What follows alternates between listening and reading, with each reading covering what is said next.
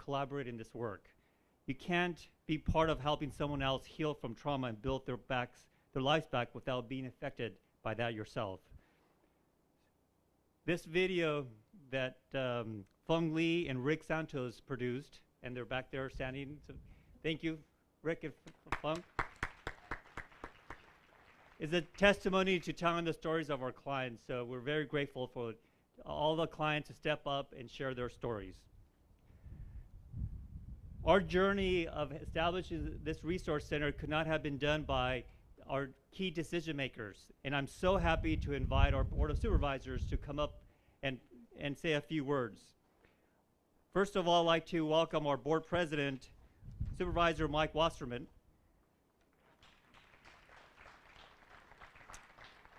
Having known for having a head for numbers and a heart for people, Santa Clara County Supervisor Mike Wasserman was first elected to the County Board of Supervisors in 2010 and re-elected in 2014 and 2018.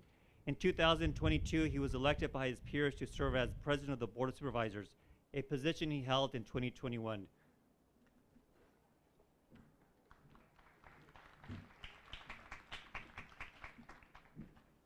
Good afternoon, everybody. Hey, Alex, you're here, so I'm going to talk about you. Let's have a round of applause for Alex.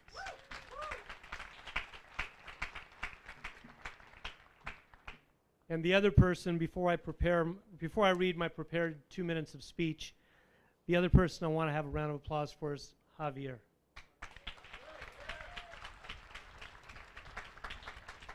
How many people were here 10 years ago? Yeah. And Alex described this place as an oasis. Great word, Alex. Great word.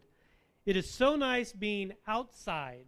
It is so nice being able to see faces and smiles and get hugs and celebrate what we're doing here today, celebrating 10 years of success. What the county has done here is awesome, and it will continue. Today we celebrate the evolution of our reentry center in San Jose and Gilroy. They started with 3 departments working together. The sheriff's office. Raise your hand if you're with the sheriff's office. There we go, there we go, there we go, there we go. Good, good. Behavioral Health Science Services Department. Behavioral health. There you go.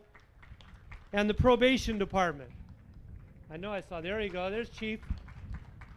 This is a tribute to the vision, the collaboration, the hard work, and the growth that started a decade ago when this center was opened.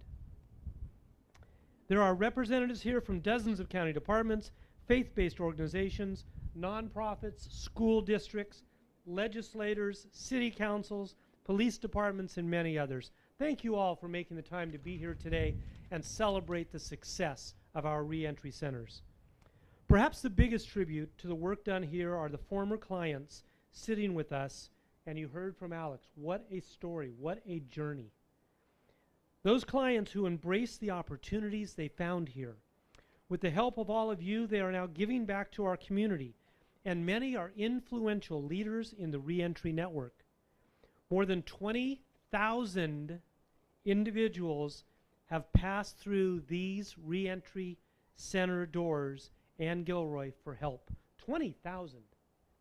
Some initially came for a primary care doctor's appointment and enrolled in mental health counseling. They came for food and also got an employment referral. They met with a peer mentor or a service navigator and ended up enrolling in college courses. These shifts in direction happen when people are given options. When peer mentors tell them, I was here, I was where you are, I had the same fears, doubts, addictions, trauma, gang affiliation that you do. I accepted help and it changed things in my life. These life changes take time, patience, and resilience. Not just for clients, but for the people supporting them and cheering them on. It takes faith. Faith that there is a better way forward, that we have the strength to get there, and that we can be successful. And it takes trust in ourselves and each other. because we never move forward alone. So thank you all for your faith, your trust, and your hard work towards changing lives. From the bottom of my heart, and this is my final year on the Board of Supervisors, let me say what a fantastic thing reentry centers are and what a fantastic job Santa Clara County's reentry centers have done. And it's because of all of you. It's the people that make a difference, and you have made a wonderful difference. And on behalf of me and the Board of Supervisors, thank you. And we have 2 more supervisors coming up to speak. Thank you. Thank you. I'll introduce, you got it, Javier.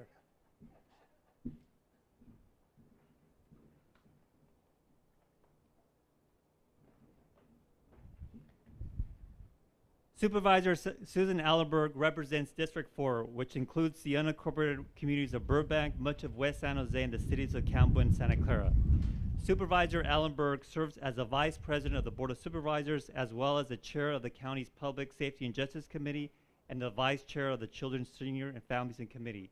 And with her leadership, she's been asking us to expand our services and also serve our families, especially the children of our clients. So please welcome Supervisor Susan Ellenberg.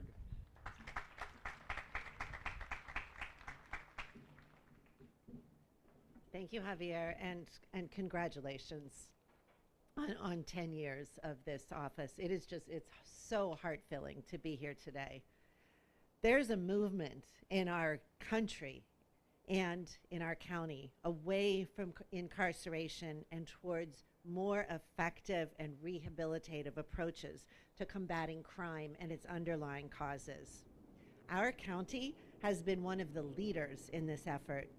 And as we look back on the last decade of reentry programs and we plan our future investments, it is so important to note that the Reentry Resource Center not only helps individuals reestablish themselves in the community once they're released from custody, but it also serves as a model for alternatives to incarceration. One of the most successful programs housed at the Reentry Center is the Custodial Alternative Supervision Program, CASP, which allows clients to serve parts of their sentences in the community. They attend daily pro-social programming classes right here at the Reentry Center. They can look for work, live at home, and reconnect with families.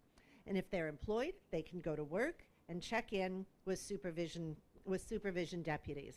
Many former reentry clients, as we heard from Alex and others on the video, attribute much of their success to this program, which eases them back into the community by giving them time to readjust, and classes that address changing habits, looking for work, and caring for themselves emotionally and physically.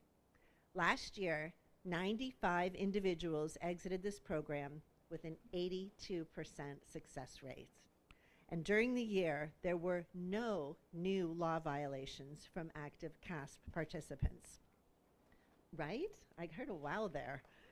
There are safe and beneficial alternatives to locking individuals in jail cells who possess no risk of harm to the community. Alternatives like the CASP program benefit not only the participants, but our entire community, as these individuals are better prepared to address the multitude issues that arise with family, society, financial and emotional challenges that they will inevitably face when released from custody. Going forward, our county will continue looking for ways we can not only support individuals who have served their time, but how we can create a no-entry approach to our criminal justice system. We are looking for ways to invest in supporting justice-involved families so that their children have the resources and opportunities they need to be healthy and successful. We are striving to reduce family separation, provide opportunities and resources to parents who are struggling to support their families, and change the patterns of generational incarceration. I am confident that with the folks that work for Santa Clara County and our partners in the nonprofit sector, in the faith-based community, in our universities, we can achieve this goal. Santa Clara County can and I believe must be an example to the state and to the country of how to do justice better. Thank you.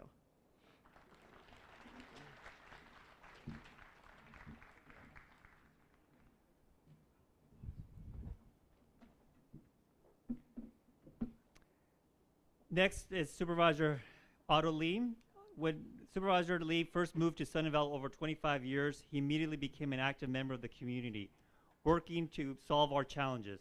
He served on the Sunnyvale Planning Commission and was then elected to serve on the Sunnyvale City Council from 2003 to 2011. In November of 2020, Supervisor Lee was overwhelmingly elected to be the new supervisor for District 3. Please welcome Supervisor Lee.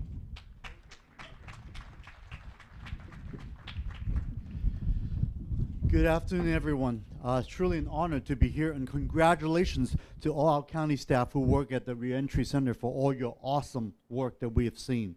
And the number speaks for itself. When people are not coming back, this is exactly what we are here for, right? And I also want to say thank you for all our partners, community-based organizations, nonprofits, school districts, police departments, on this occasion, the 10th, a decade anniversary of serving our community. One of Reentry Center's most significant roles and challenges is, of course, also educating the public. We can support reentry clients to heal emotionally and physically, gain the employment skills, have healthier relationship, give back, changing those bad habits, and perceive themselves differently. But if they engage in the community, that community continues to label them and punish them for the deeds they have already served the time. That creates a sense of hopelessness and never be able to recover to redeem. And that's exactly what we don't need. The founders of the Reentry Center knew that successful reentry also involves changing the society's perception and attitudes so that people with the criminal records could find jobs, housing, and a sense of belonging after they've done their time. To prepare the clients for this work environment and give them the initial work experience, this center contacted so many organizations working like Catholic Charities, Connexion to Community, Goodwill Silicon Valley, to get the clients ready for work, employ them initially, and help build them a nice resume. What would be really optimal, of course, would be for our former reentry clients to go out there in the workforce and let the work they have done speak for itself without the criminal record hanging over their heads. So the center contracted with the San Jose State University Record Clearance Project and the Reentry Expungement Program through the Public Defender's Office. In the fiscal year 2021, our Public Defender's Reentry Expungement Program accepted 419 new clients. 1,570 cases were heard in court, and 98, listen to this, 98% were granted relief. Isn't that amazing? This is the type of real relief for individuals who have paid for the mistakes, want to move on, work hard, and support the family. This is just one of many programs that we've been working on to reduce the inequities that the justice-involved individuals face. And we invite you to look at the timeline of these efforts displayed on the banner in the courtyard today. It's a good reminder of how much work has been done and how capable we can achieve change if we continually strive to a better justice system tomorrow than we are today. I just want to share personal thoughts with you, not in my speech. I have 3 daughters, and from time to time they act up.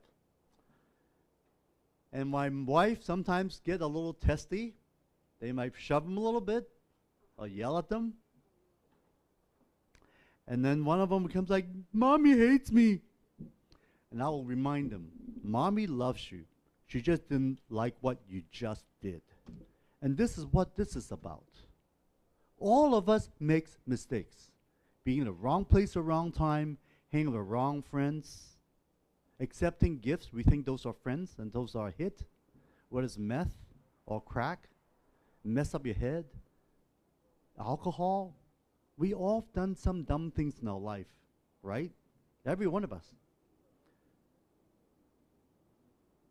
And this is what the Reentry Center is supposed to do, is to be able to give the care that we talked about, the compassion that is so much needed, and the peer mentors that has experienced it to tell you how you can get out so you don't come back here again.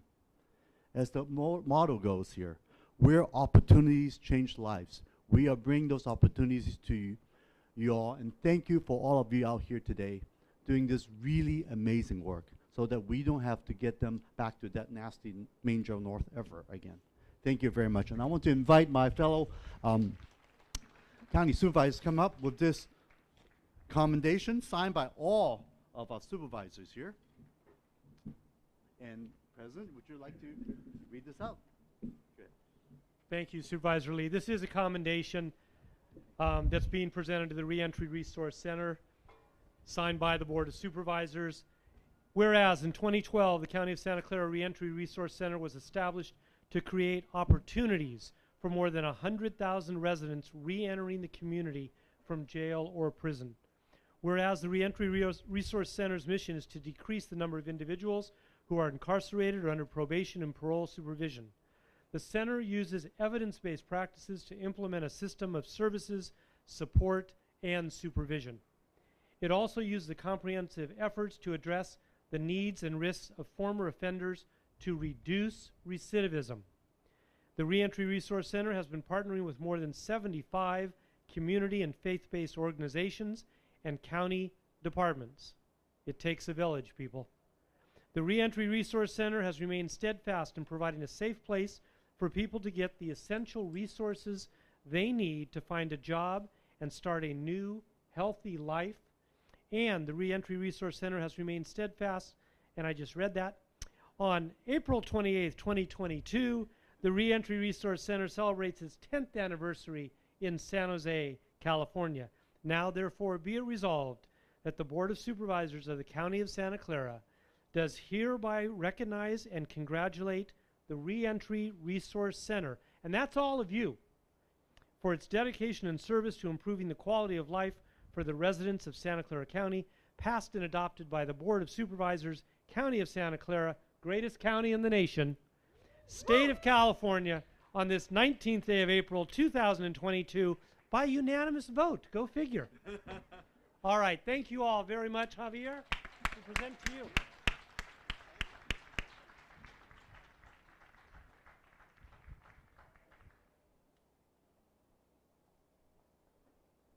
Thank you, and back to Javier. Thank you.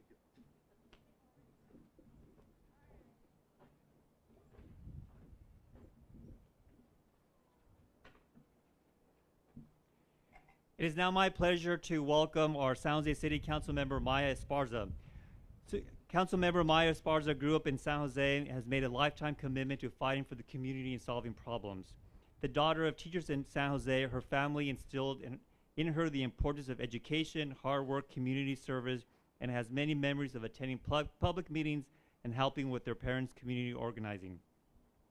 Maya's previous government experience includes several years working for Congresswoman Zoe Lofgren and as a chief of staff to then Councilmember Nora Campos, fighting for neighborhoods, helping residents resolve issues.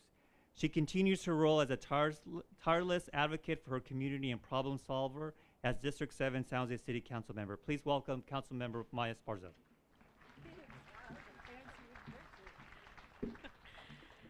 Good afternoon. This is such an exciting day. I was here 10 years ago, and I'll post a photo later. And it was a smaller crowd. And Alex, you mentioned that this is hope. So 10 years ago, the building was empty, ceiling tiles were on the floor, but everybody worked hard because the community had a vision of hope. And it is so beautiful today to see what this has become. And it's really an honor to be here. It's an honor.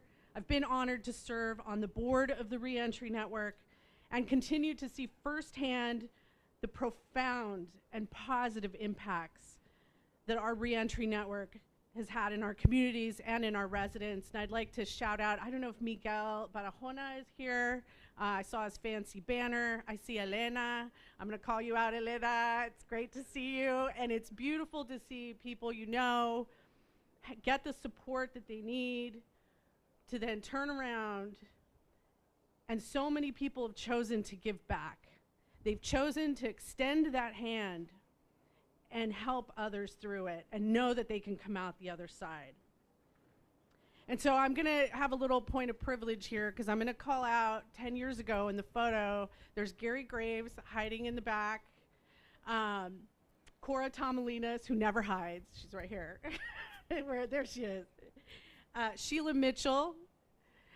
We had Nancy Pena, Jeff Rosen, Lori Smith, and Molly O'Neill. I wasn't sure. I don't know if I saw Molly today.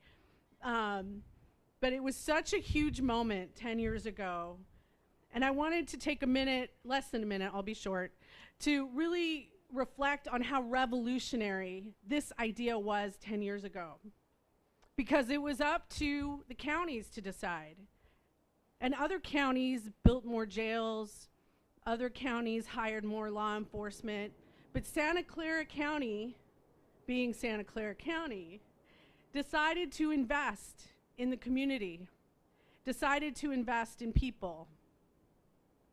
And the idea of doing that, and doing that in partnership with the community, was revolutionary.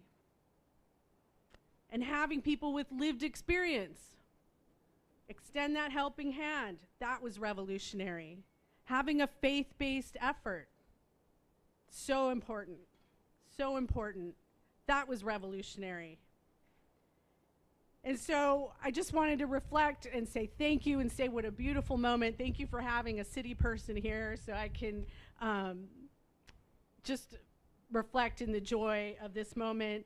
And there is one person I would like to acknowledge, and that is on all the meetings, going to Sacramento, we had a champion and an elected official here, and that was Supervisor George Shirakawa. So I wanted to thank him. I wanted to thank him for his leadership on this that helped bring us where we are today. Thank you.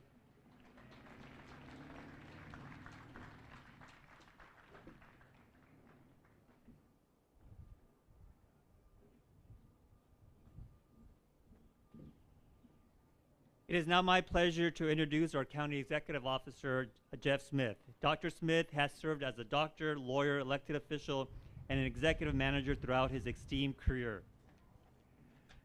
Additionally, Dr.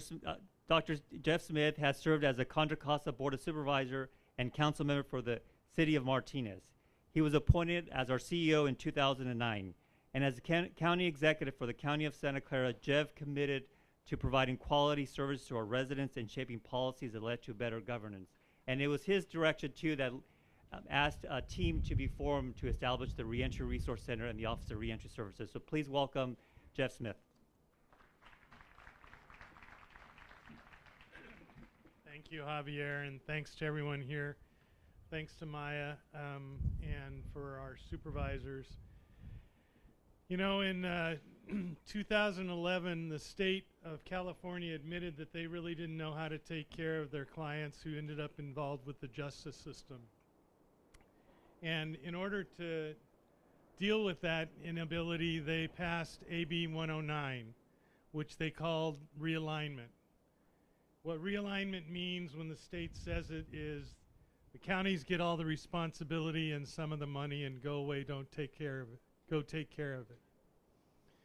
Well, across the state, all of the counties were concerned. Most of them were complaining. Most of them didn't know what to do. Most of them, as Maya said, spent the money on more law enforcement. However, we, and when I say we, I mean all of you, hundreds that have come before you, hundreds that are unable to attend with us, we said in this county, no, we're going to embrace those clients. We're going to help them. We're going to reach our arms around them with as many services as we can find, as many effective things that we can do, and we began to build a reentry program. That required over 30 government institutions and private institutions in the county, CBOs, people of interest, you know, lots of people involved sharing ideas. It required 10 years of doing great things, things that sometimes were successful, sometimes weren't. We went back and changed our approach, tried it again, kept working at it. built here a model for the state, a model for the community of how treating people with respect, giving them opportunities, understanding their needs, understanding the stress that they've been through is the way to help people involved in the custody system. And you can see today we've had lots of successes. So I want to thank the Board of Supervisors now and the board that existed then, which included George Shirakawa, Ken Yeager, Dave Cortese, Supervisor Wassman was on the transition, Liz Niss was there, Don Gage. All of them had the leadership and forethought to tell us in the staff, go forth and make something work that nobody else is thinking about because we care about these clients. And they did that. So with that, I want to thank everyone who's here, and I'm going to move on to awards.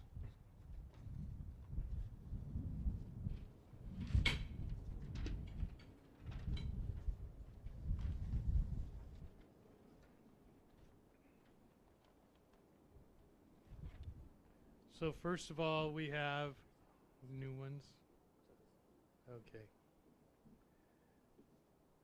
These are agency and personal awards and plaques that we want to recognize individuals and organizations who were particularly instrumental in the success of reentry in the last 10 years. But we understand that if we wanted to recognize everybody, we'd be here for 3 or 4 days. So these are just a few of the individuals and groups that helped. We have Ken Bender, the Undersheriff of the Sheriff's Office, to represent the Sheriff's Department. Ken? I didn't see him.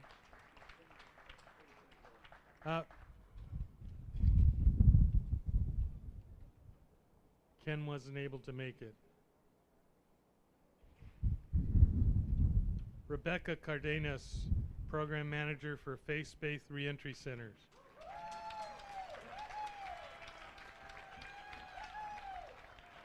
I should have mentioned, everybody that gets called, come up and stand in front of me so we can do pictures. Johnny Clark, co-founder of City Lab Professionals.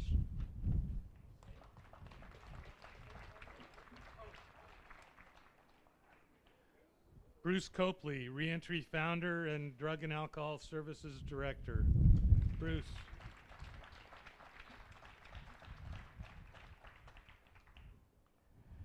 Mary Crocker Cook, Program Manager for San Jose City College Drug and Alcohol Services. Come on up. Susan Ellenberg, District 4, the person in our department, or our county government, who has dropped into the lead and will continue to push forward for reentry and no entry services for at least the next 8 years.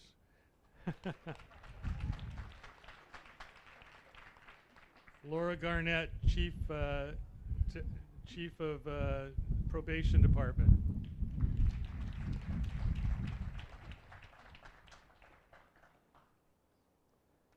Pablo Gaxiola, Reentry Services, Goodwill of Silicon Valley.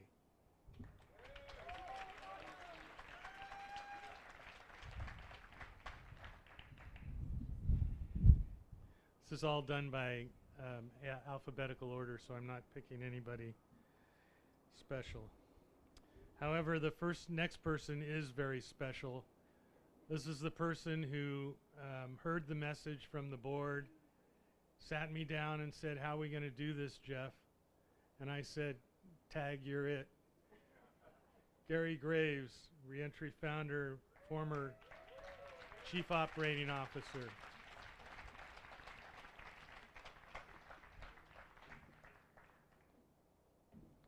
Dennis Slay, community worker from Supportive Housing. Denise Slay, I'm sorry.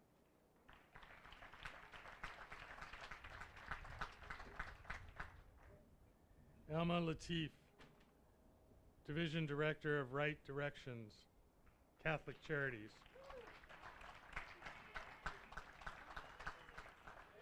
Rose LeBeau, Director of Connexion.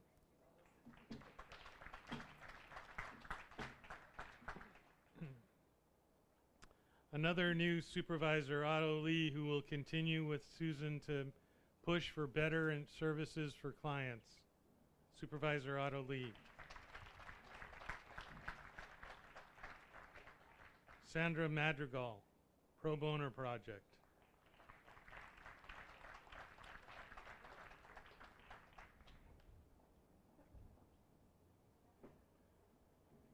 Maya Marjanovic, Board Aide for Cindy Chavez's office.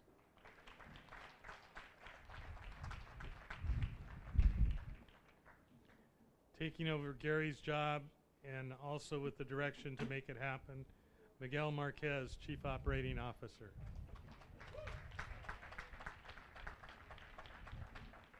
Sharon Miller, Bridges of Hope Reentry.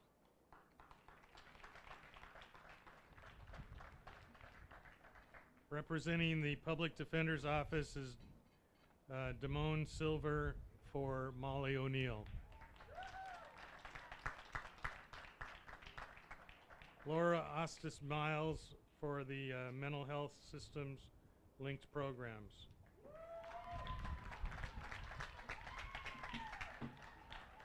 Cindy Parra, Program Manager at San Jose State University Research.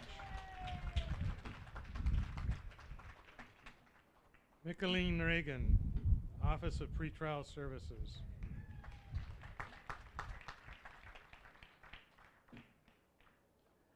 Representing Jeff Rosen from the District Attorney's Office, Jay Boarski.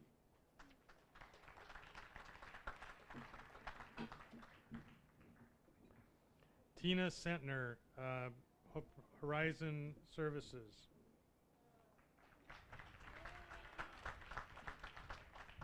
Shelley Swan, Carry the Vision.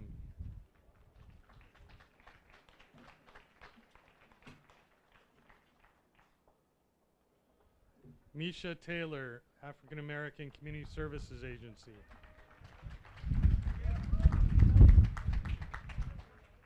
Eric Valeriano, parole agent from California Department of Correctional Services.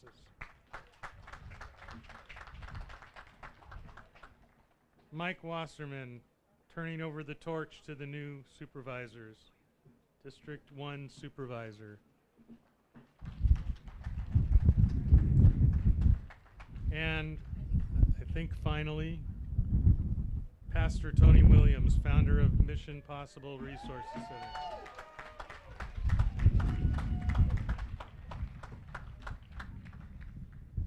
So another round of applause for all of these people who contributed and yourselves. And now I have the honor of one more thing that's not on the agenda. Like I mentioned, 10 years ago, a little bit more than 10 years ago, Gary and I were talking about what do we need to do to make this happen.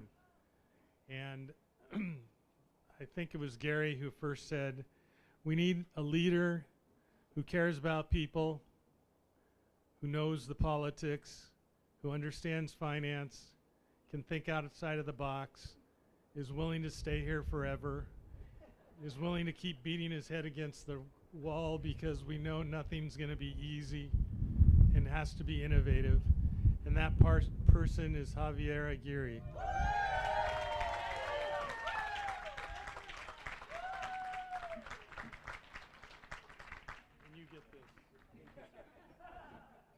And Javier is, I'm proud to announce, putting him on the spot here. A month and a half ago, Miguel and I asked him, okay, so what's next? We still have a lot to do with reentry. We still have a lot to do with what we're doing right now, but we also have to expand and think beyond what we've been doing. We have many departments in the county providing wraparound services for individuals involved in custody, but we still need to do more.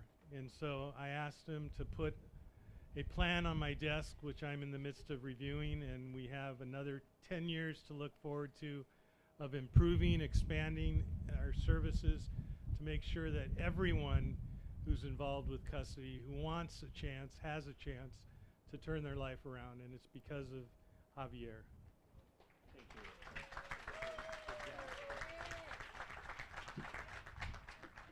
Thank you. And I could have some folks come up on the stage.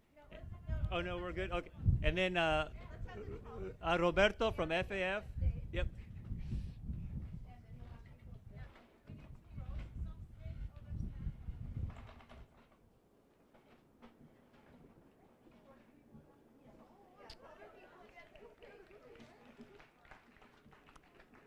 As Jeff mentioned, the creation of the Reentry Center, he tasked former County Operating Officer Gary Graves to convene a group of key stakeholders to vision a new center.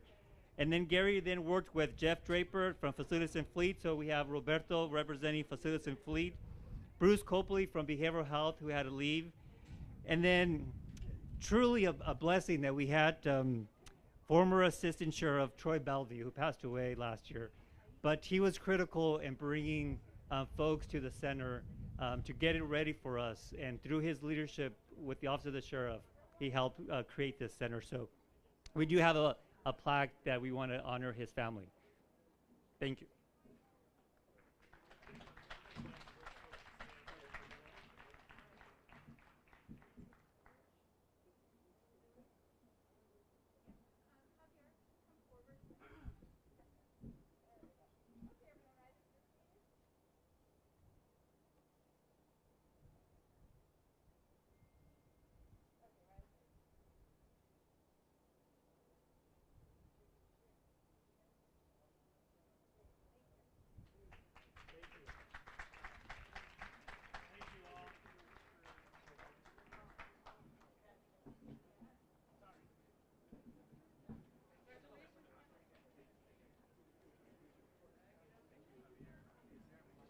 Yeah, I'll look for it and I'll bring it to you.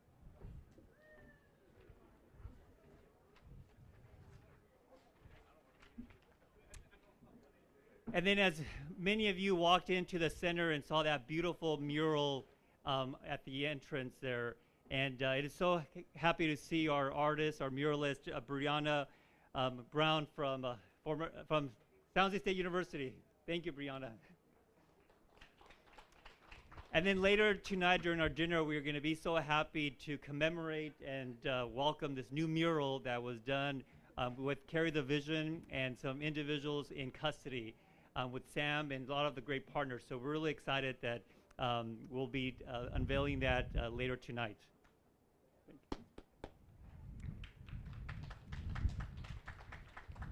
So it is now my pleasure to ask Jennifer Montiel and Brian Evans to introduce our next speaker. Montiel. No, nope. Oh, Kimberly, huh?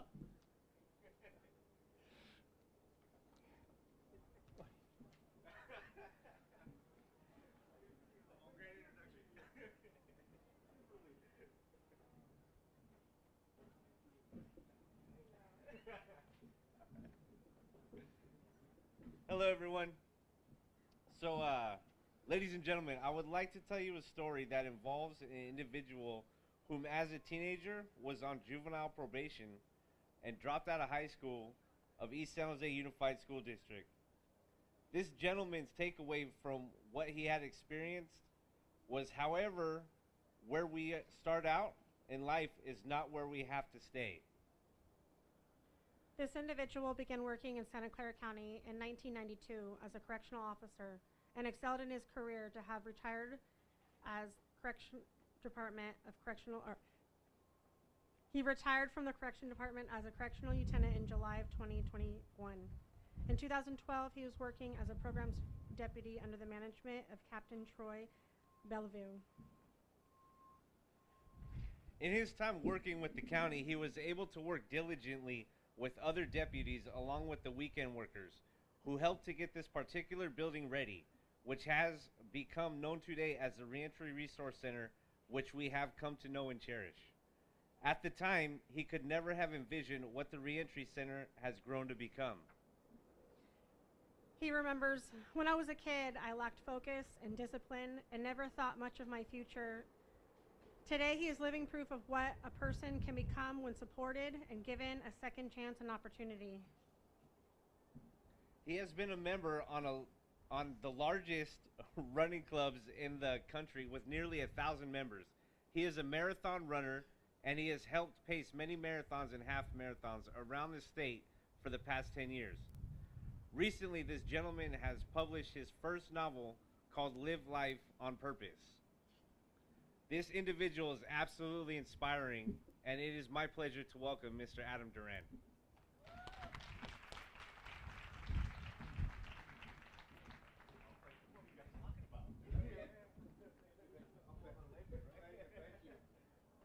Wow, I just said, who are you guys talking about? Is that me? So it is a pleasure. It's an honor. I'm humbled to be here. And excuse my hands, I'm just thankful and grateful to stand here in front of you. I look at my life as where I am today, what I've experienced, and where I'm going, is that it should not have been me. And, you know, yes, I just finished my book, and just recently, and I just want to spread the word that when a person can live life on purpose with intentionality and belief in what they can become, there are no limits. And I mean that. And ceilings are man-made, so man can break through the ceilings because they're man-made. And I want to tell you, I'm so thankful I have this book, and thank you, Javier, for giving me only 90 minutes to speak. Just kidding, just kidding. So he gave me a few minutes. I'm like, where do I start? I'm looking at this guy. I call it kind of my running the street guy here. That's me at 17 years old. I was a high school dropout.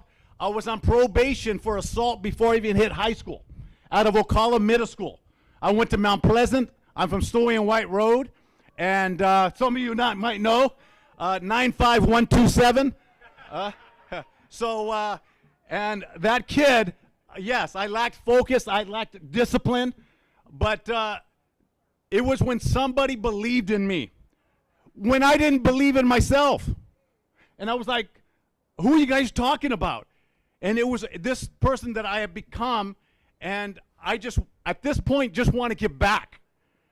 I worked just close to 30 years for the county, 92 to 2021, and I, like you just said, that I was a watch commander at Elmwood, the day shift watch commander, and over the years, people recognize me from school, and they look, you that same guy? You know? And I was the least athletic in my family growing up. Kind of a funny story, kind of funny but yet sad, is where I was the baby of the entire family. They called me, oh, he's the baby of the family. Like, even my sister. And I was like, they're all like taller than me. Yeah, I'm Mexican, but I had some tall cousins. And they were just kind of better than me. And I just didn't want to participate because I knew I'd lose against them. So they all played baseball. And one year, like, don't you want to play? I'm like, no, I don't want to play. I'm a little guy, probably 6 or 7 years old, 8. They begged me to play, so my mom says, okay, I'll be your coach. The only coach in the entire league was a female, was my mother and the neighbor who does not know anything about baseball. And I actually made the all-star team. I'm guessing it's because of my mom. Yeah, so, but I only played 1 year, unlike my cousins and my brother and my sister. They played for years, baseball. I played 1 year. So the family started calling me quitter. Even though I finished the year, they go, here comes the quitter. Because I only played 1 year. I probably wanted my mom to coach me. But words are very powerful. Those words stuck with me. And they became really a self-professing prophecy within myself. Like, I'm never going to be good enough because I'm the quitter. And eventually, my dad used to ride motorcycles. Our house was the party house. You came over to play pool. My dad pretty much required us to play pool 7 days a week. So we had to practice on the pool table. My sister and my brother, I played pool for money before I can reach the table. I had a milk carton I played pool with. And so our house was the party house. All the bikers would come from the San Jose to hang out at our house. We had a bar in the house, pool table, gambling going all night long. And I liked what I liked. But then my dad one day turned around and said, I want a different life for my family. This isn't going good for my family. He came to God, became a Christian. I never seen another biker in my house again. It changed that quick. And but the issue is I know what I liked already. I liked all of that, and it's taken away from me. So my life began to go that way. But when I turned 18, I came into the faith. That changed my life. It gave me a bigger purpose than just thinking about myself, running around and just hanging out back in the day, Story and King, for those of you who might know. And that I went to Baton Rouge, Louisiana. I went to college. Changed my associations. I changed my environment. My purpose changed. My life changed. I came back a different person. Associations are so important. I wouldn't say, I don't know what the percentage is, but I would say it's probably anywhere 80% of where you end up is who you're around. So be choosing who you choose to spend your time with. It makes a difference. And a lot of times we as adults tell our children, and we were told that as their children, we don't want you to play with those kids. Stay away from those kids. Stay away from them. They're not good for you. But many times we as adults don't follow that same advice for ourselves, and we end up who we end up with, and that's not a good thing. That's not a good thing. We tell our kids, we wouldn't accept mediocrity with our children. If they brought home C's or D's, or even worse, we'd say, no, you can do better than that. I want you to do better. You better work harder. No, it's unacceptable.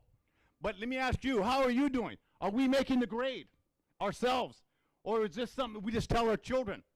Something that, hey, like I said, sky is the limit, what you can accomplish. Look at here, look around you. The collaboration of all these departments. And I was here in 2012, opening up the building with all, I didn't have no idea how it was going to work out. And look at us today. 20,000 came in, and lives are being changed. The ripple effect is beyond the community. And it's just, I'm very proud to be I have been a proud member of the county, the sheriff's department for all these years. Yes, I was that guy who loved his job. I loved my job. I think about it, but I figured that almost 30 years that I was working for the sheriff's department just prepared me to what I need to do now. The 23rd, my last day of working in 2021, wasn't a finishing line. It was a starting point to what I need to do. I began working on my book a month prior to that. I knew I had to go all in. I knew I had to give back and reciprocate everything I've been blessed with to give back to the community. Now, a portion of the proceeds of my book are going to go to the Boys and Girls Club of the Silicon Valley. I know where I came from. And it's about giving back to the community. That's what the reentry is about. Let me tell you a short story, excerpt from my book, which will tell you what you guys and the possibilities, what's possible.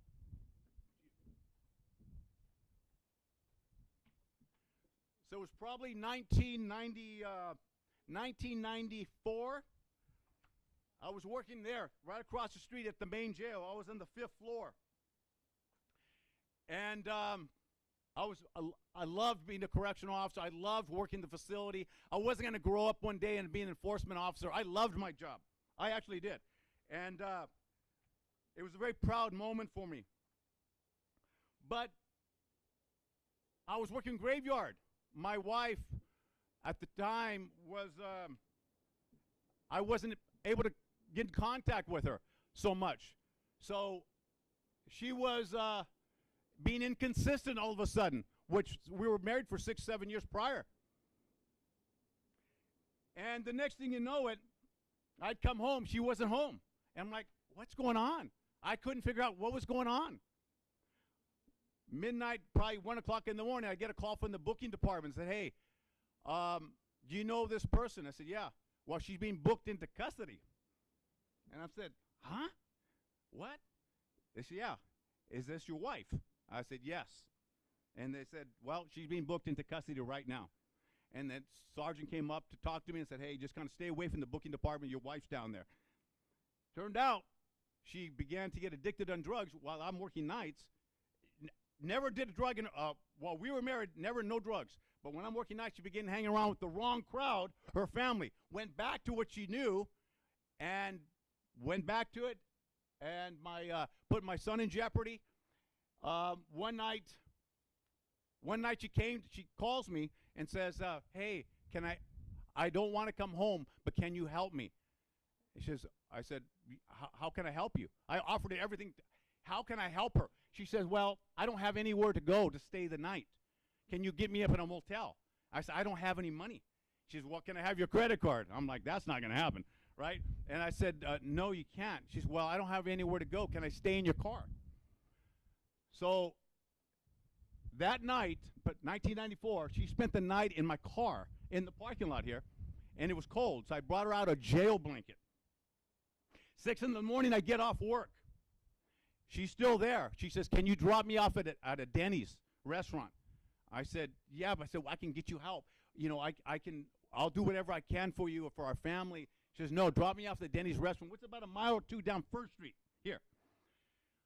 So I dropped her off, and at the Denny's, reluctantly, it was breaking my heart to do so. And I was confused why she did not want help, but she got addicted so quickly that she was so far in her addiction that she could not see a way out, no matter what I offered her. And it was hurting me. It was killing me. My heart sank as I drove away from that Denny's that morning because I still loved her. And I could see in my rearview mirror her standing there, cold. As I drove away, I saw her in my rearview mirror. I wanted it so bad to turn the car around to pick her back up, but I knew she would not get in my car. So I continued driving away. My life changed forever that time. And I reflect and I think what could have changed her? If there was a reentry center back then, could that have changed her? And I would say the answer, there's a great possibility. So the work that you're doing here changes lives. And just because I look like this or worked there for 30 years didn't mean I didn't have my own challenges, even though it was a lot of work. And yes, over the years, I began to develop better habits. I love reading books. Denzel Washington says, if you hang around a barbershop long enough, sooner or later you're going to get a haircut. And I look at it, you read enough books, sooner or later you're going to write your own. And I want to tell the staff here, I would get up 2 hours before work every morning. I'd commute from Tracy, I'm here in San Jose now, but at 3 o'clock in the morning to get my run in. I'd run, and I like to read before work, positivity, optimism, and then after that, I would take a cold shower, which I still 7 days a week, I take cold showers. No warm, no lukewarm, cold only for me. Because I want to be ready for the day. I don't watch the news cycle, the negativity, the negative outlook. I want to come in here with a positive outlook. And the way to do that is, of course, it's very basic. Stay away from the negativity. Gravitate to those that maybe you like to want to emulate some way, and then your life will begin to change. But it's not overnight. If you tell a person, run a marathon today when they haven't been running, they're not going to be able to do it. Don't expect something from someone that they can't deliver. Give them little, small goals that's attainable and achievable for them. Nothing overwhelming. And when they begin to achieve those goals, their life will begin to change. They'll begin to get self-esteem. They will start to believe that they can do it. And when they start to believe when a person begins to believe that they can do it, there are no limits. And I preach this all the time, that I begin to realize that this country was built by people no better, no smarter, no more talented than you or I. The only thing they did it. And they were tenacious about it. And they failed often. But if you're not failing, you're not trying hard enough. The comfort zone is nice, guys and gals, but there's no growth in the comfort zone. You've got to get uncomfortable. If you're a weightlifter and you want to get stronger, Manny, You want to get stronger, you've got to put more weight on. You need some resistance to grow. That's how growth happens, but it's not overnight. Let's keep on pushing. Let's keep on giving. Let's keep on changing the community. At the Reentry Center, thank you very much.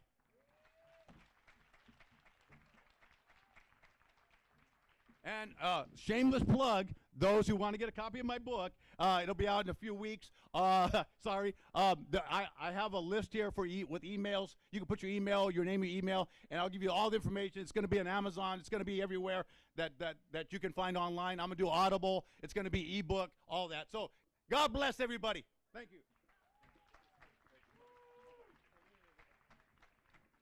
Thank you, Adam. I know we're running a little bit late. We just have a few more things to do, but I want to invite Jose Flores up here on the stage. He's a behavioral health service program manager, and he has a special presentation to give. Jose?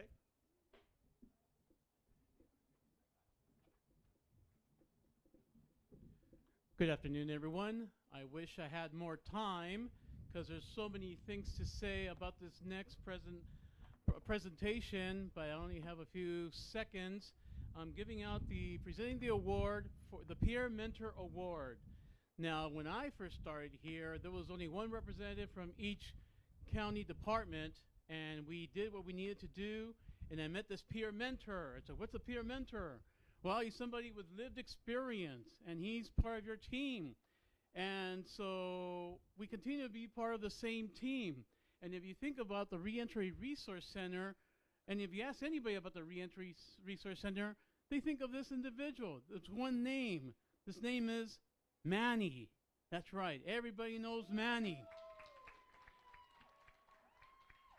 Even earlier today, he says some people are showing up. They're asking me, hey, how are you? Thanks, this and that. He says, I don't remember these people. Of course not. You have no idea how many people you've encountered and have helped. And Manny is one with lived experience, one that has a big heart, one that is professional, willing to learn, and not only with clients, but he also takes care of his team. He takes care of the staff at the Reentry Resource Center. He helps everybody out, always willing to be there, and he continues to serve his community, everybody that walks into the Reentry Resource Center from all walks of life, no judgment, no nothing. And like I said, I wish I had more time to tell you all these great stories, but it's my pleasure to present the Peer Mentor Award to Mr. Manny Ortega.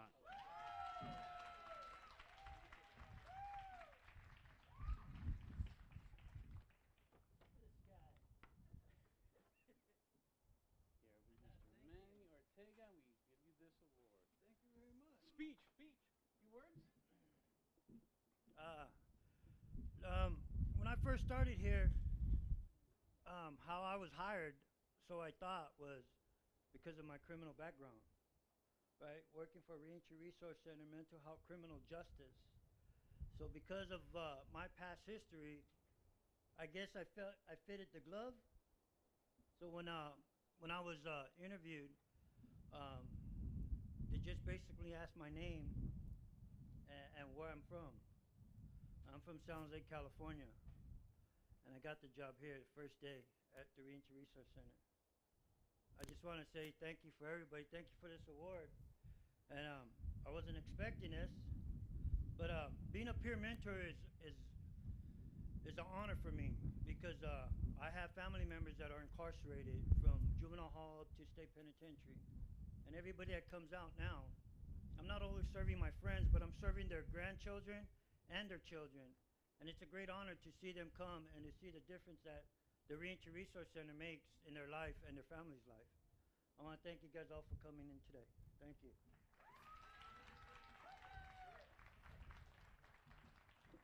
Thank you, Manny. Now I'd like to introduce our Chief Operating Officer, Miguel Marquez. He previously served as an Associate Justice of the California Court of Appeal, and before that as a County Counsel for the County of Santa Clara. Before coming to Santa Clara County, Miguel served as a General Counsel of the San Francisco Unified School District and as a Deputy City Attorney in the San Francisco City Attorney's Office. He started his public career at Deputy County Counsel in San Mateo County. And as his role as the Operating Officer, he wants to make sure that all the departments are working together collaboratively. And to his testament, we continue to do that in here at the Reentry Resource Center with the Reentry Network. So please welcome Miguel. Thank you. Thank you, Javier, and congratulations, Manny. So I have a privilege of saying just a few words about the current and former staff members of the Reentry Resources Center. So while it's important to have policies, funding, and a strategy in place for any effort to succeed, if you don't have talented and committed people on the ground who believe in what they're doing, that effort won't go very far. This effort has now been going strong for more than 10 years. It started with only 5 staff members and some support from the sheriff's office. Their mission was to provide a centralized location for information about resources that individuals released from jail or prison needed to stabilize themselves and not return to custody. In the last decade, this team has expanded to 118 people and growing. The work of these 118 people is not easy. Clients do not always know they need help, and even when they do not always want it. When you are dealing with addiction and or mental health issues or past traumatic experiences, when you have burned bridges with family and friends and are jobless and homeless, pulling yourself out of these circumstances can feel impossible. Staff at the Reentry Center are not only providing services, they are providing hope. And that comes through by engaging with clients, listening to their needs, empathizing with their challenges, providing opportunities for assistance, all while not overwhelming them with information and with tasks. It's a delicate balance. And providing all the resources does not always mean a client will succeed. The work here involves having faith that when people are ready to change, they will come back. And that may mean starting again from step 1. It takes patience, but those connections that staff make every day have a profound impact on our clients.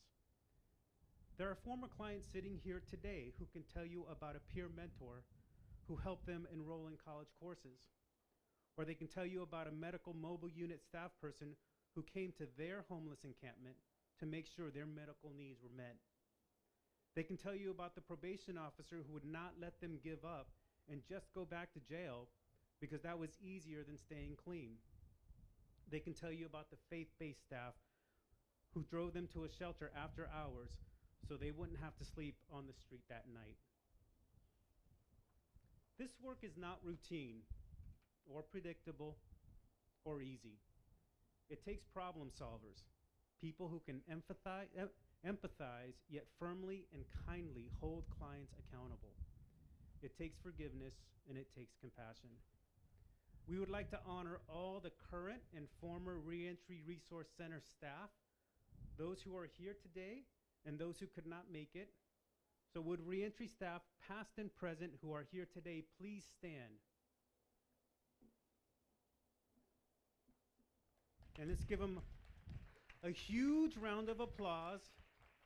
They've helped thousands of clients put their lives and families back together over these past 10 years. So why don't you all please come up if you're here. I think they want to take a picture. And as you walk up, come on, you guys. 10 years, all the work they did. Let's give them a nice round of applause.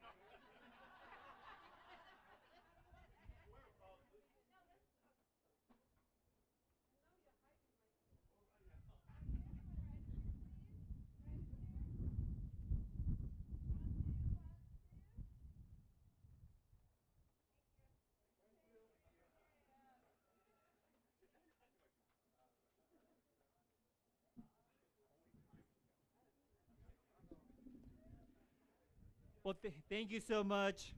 We want to like to thank all of you for coming and celebrating with us. We'd like to thank our former clients for sharing their very personal stories of their journeys. They inspire not only other individuals coming out of custody, but all of us. We look forward to the new opportunities for working with you all and continue to strengthen our community.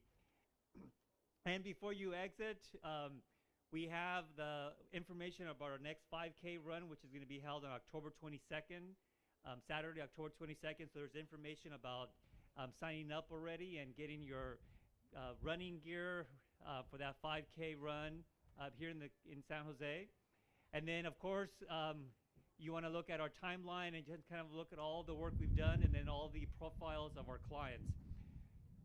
I want to thank the team from TSS for being here and making sure that our sound system is working and we have this amazing celebration recorded.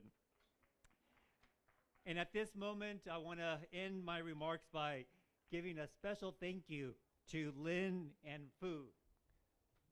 Come on, Lynn and Fu. They were the core of the planning committee that included Antonio Aguilar, Victor Macias, Juan Vela, James Nadal, Chad Martins, Rebecca Cardenas, Leah Dansby, Janice Gillis, Hector Dates-Periguero, Zulima Inaya, Tina Center, Juan Guel Jr., Victor Muniz, and Lonnie Verosco. So I'm hoping that I got everyone. But thank you guys. You guys did a fabulous job. And with that, just want to, if you guys do have some time, we have the photo booth here for photos. But it's been an honor to be here in your presence to celebrate our 10 years in the journey of reentry resources. Thank you.